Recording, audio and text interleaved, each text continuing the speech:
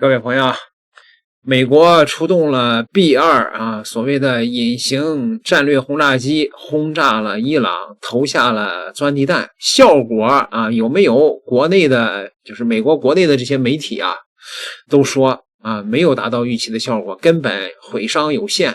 然后呢，现在呢，白宫还急了，赫克塞斯就是那个国防部长5星下士，还在那个美国的电视上，就是说威胁谁把这个信息泄露出去的，我要抓他，我要判他，是吧？当然了，这个效果咱们先放一边啊，就是中国的网络上有一批这样的公知啊、汉奸啊、反贼啊，其实识别他们非常的简单。我不给大伙说过吗？就是支持俄罗斯的不一定是爱国者，支持乌克兰的一定是反贼，支持伊朗的也不一定是爱国者，支持以色列的一定是反贼。这些人啊，在这个中国的网络上喧嚣啊，就像这个海外的这帮独轮运的精神病，他的死去的妈又在棺材里边蹦起来，穿上超短裙改嫁一样的兴奋，哈哈哈，看到了吗？这就是文明的力量啊！这个科技掌握在民主灯塔的手中，独裁者们都在瑟瑟发抖啊！那他们海外的这帮就明说了，国内的那帮反贼们啊，就跟那儿暗戳戳的影射说，B2轰炸机如果突袭中国，轰炸中南海，你又该怎么破呢？好吧 ，B2轰炸机咱们先了解一下啊。美国呢现在可能是只有我没记错的话只有19架，那个玩意儿造价太高，而且这一次的出动呢是从美国的本土啊起飞以后呢，用了几十架加油机。大伙儿还记得一个新闻吧？数天之前，美国的加油机几乎倾巢出动，是飞赴中东。怎么回事呢？这个 B2啊，它的这个油箱比较小，不是那个去加油，就是在去加油的路上，所以说要飞赴伊朗，远跨重洋，要在途中不停的加油。据说 B2呢是执行完任务以后，连续飞行了36小时，回到了美国的基地。大伙儿先记住这个细节啊，然后咱们看看 B2轰炸机的一个简介啊。B2轰炸机是目前最先进的隐身战斗机，它能深入敌方腹地进行精准轰炸，而且几乎无法被雷达发现。同时，它也是价格最昂贵的战斗机，一架 B2的价格就超21亿美元，相当于13架波音747客机。这架飞机长21米，翼展52米，超级科幻的机身设计，能反射大部分雷达信号，再加上能吸附雷达波的特殊涂层，让它在空中很难被发现。它的武器舱内使用特殊的导弹挂架，打开舱门后，可以通过旋转释放不同的导弹，对敌方目标进行精准轰炸。B2轰炸机的作战航程能达到 1.2万公里，在空中加油的情况下，它能飞往任何地方进行轰炸任务，这就是美军所谓的全球摧毁能力。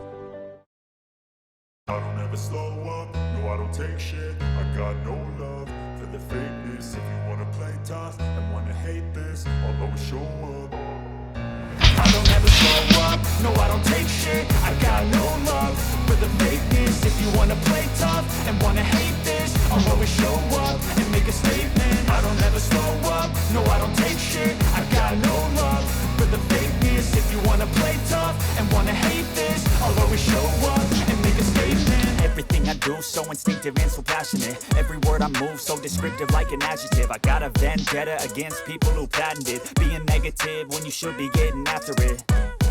I got facts over tracks, this and that, spitting slow, spitting fast, knock the roast, knock the gas, think I'm okay at last, but I don't know if that can erase all the past and the pettiness, a reflection of the emptiness, hilarious, you think you're worth my time, you're delirious, mysterious, because you are behind the fake exterior, inferior, you know I'll always be a bit superior, get off of me. 看着确实是够科幻，也挺唬人，是吧？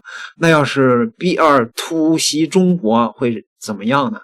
先告诉大家结论 ，B2在中国的防空系统和雷达系统面前，那就是个渣，犹如黑夜里的火炬一样的明亮啊！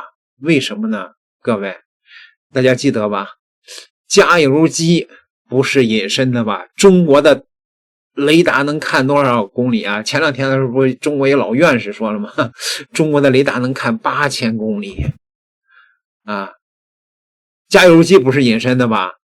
所以靠近中国的时候，在那个太平洋上，美军的加油机如果是集结形成了一个链路的话，那肯定啊要这个行动啊 B2， 那中国那就肯定警醒了，来吧，再开动中国的所有的这些空天的这些设备。中国有最全世界啊最出色的光学卫星，大伙都知道高分卫星，这个图大伙都看过是吧？中国那高分卫星拍哪儿拍的都很清楚啊。中国有这个世界上最先进的反隐身雷达系统，中国还有世界上这个最先进的反导系统，甚至能在太空进行反导。B2 算个毛啊！ B2 到了中国面前，把它倒过来，那就成了2B 了啊！不信看看中国的军事专家是怎么说的，军迷啊。公知和大侄子们这几天很活跃啊，一大堆三无账号在那里刷屏。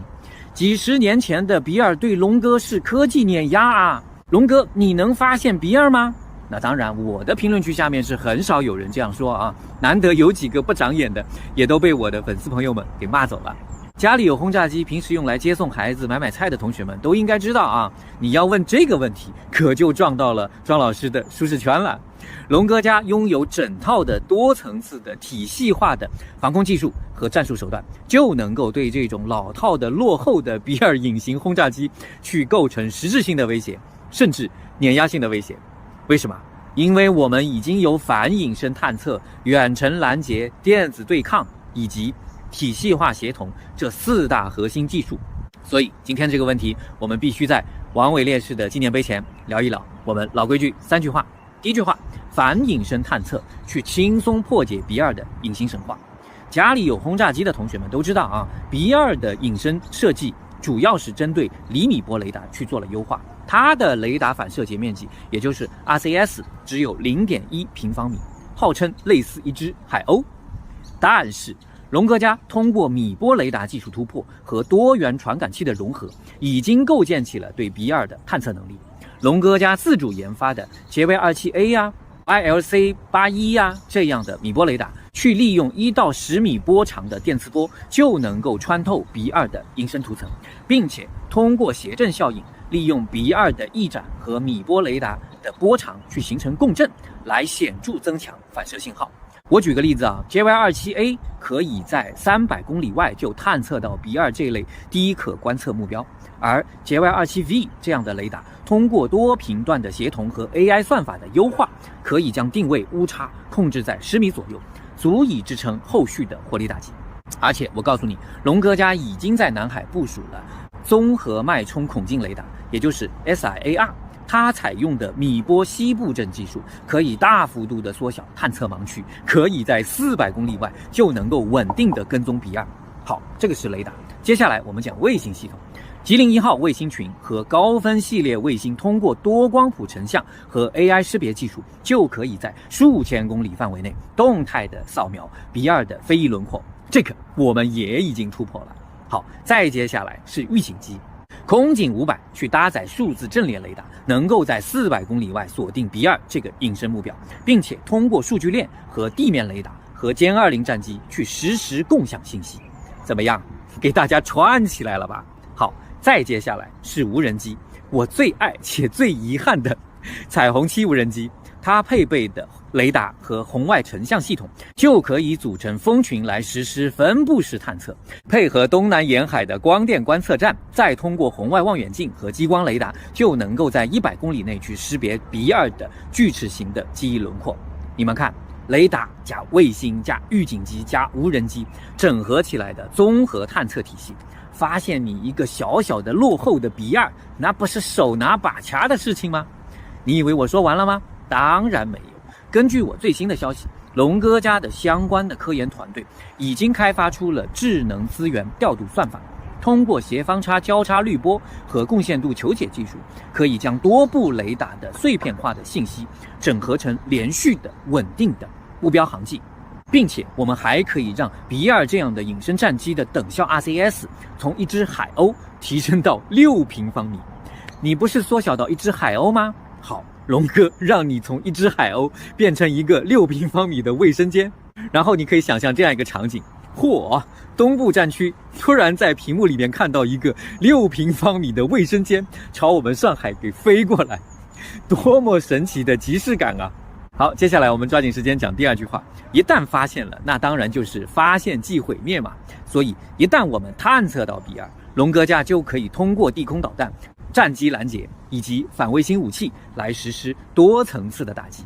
红旗9B这个就不用我说了吧，我视频里的常客了吧？它可以采用主动雷达末端制导技术，它具备独立跟踪和拦截隐身目标的能力，它的火控系统可以同时制导16枚导弹，可以对多个目标去实施饱和攻击。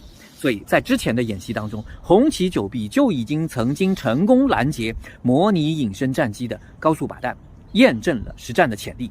除此以外，众所周知，舰载版的海红旗9B部署在了055大区上，可以跟岸基的系统去形成海空联动的防御。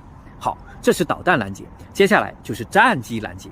我们的歼20加上霹雳17，在空警500的引导下，可以对 B2 去实施超视距的打击。霹雳17的雷达导引头去结合 AI 目标识别算法，就能够在复杂的电磁环境当中去分辨 B2 的飞翼隐形。2023年在东海演习当中，歼20机群就已经成功拦截过模拟 B2 的8机群了，这是已经展示过了的啊，这一个战术的可行性了。好，这是导弹拦截和战机拦截。那就有同学问了， B2 在3万米的高空呢，我们该怎么办呢？我们是不是有红旗19啊？我们是不是有东风21D 改啊？我们是不是有迪恩3反卫星导弹呢？那红旗19已经在2023年成功模拟过拦截了，东风21D 改也已经在2021年就已经成功模拟过拦截了。你把 B2 放过来嘛，让我们看看成功模拟拦截和成功拦截的区别嘛。反正你只有18架，来一架少一架嘛。好，第三句话讲到这里啊，电子对抗和体系压制我都已经不想讲了。电子战系统现在谁能够跟龙哥比，对吧？体系压制现在全蓝星谁能够跟龙哥比，对吧？ B2 轰炸机它是依赖电子战飞机，比如说 EC-130H 或者反辐射导弹，比如说 AGM-88 去压制敌方的雷达的。比如说这次大量的人在问，为什么波斯猫没有发现这么一大群 B2 和加油机呢？除了其他因素之外，你可能知道这个其他因素是什么因素啊？除了其他因素之外，伴飞的肯定有电子战飞机，但是可能因为你的电子战飞机的厉害，导致了波斯猫没办法发现你的 B2。那么你的电子战飞机来龙哥家试试看呢？我们早就已经构建了针对性的反制措施了。歼16D、运9机，破解你，发现你，轻轻松松。好，讲到歼16D啊，我插一句，我最近才发现，我曾经辅导过的一个博士生团队在给歼16D做贡献。那具体做什么贡献，我可不敢说，等到以后可以说了再跟你们说，好吧？总结一下，龙哥家已经构建起了米波雷达预警、分米波火控，到远程导弹拦截，到电子战压制，到天基支援的这样一个完整的反隐身体系。所以龙哥家已经具备了击落 B2 的技术能力。未来在伴随着量子雷达、太赫兹探测这样的前沿技术的成熟，龙哥家对 B2 的压制能力将进一步增强。所以我们希望 B2 早点过来送死，再晚的话就有可能赶不上宵夜了，再晚的话就有可能看不到公知和大侄子们排队互相抽耳光的盛况了。当然肯定还会有一些没有文化的公知反贼会说，你这是吹牛呢吧，没有实战啊，你光吹牛。你可别忘了，中国的隐形飞机技术现在已经领先美国了，中国的隐形的6代机都出来了，而且中国的歼20的隐身的涂层比美国都要先进一代。中国的歼20身上，你看那个隐身涂层没有生锈吧？而美国的歼35身上，你看那照片了吗？锈迹斑斑。因为什么呀？因为美国的飞机的隐身涂层出动几次以后就得重新刷，而中国的是长效的，根本都不用保养。这就看出差距来了。既然中国有最锋利的隐身飞机的锚，那也肯定研究了怎么来防御隐身飞机的雷达，最坚固的盾，这一点你不用怀疑。所以这位军迷朋友们啊，这位军迷给朋友们回答的那是相当的靠谱和相当的全面。就一句话，美国的 B2 还没靠近中国的边境呢，就会变成2B 被击落。点个订阅，咱们下期再聊。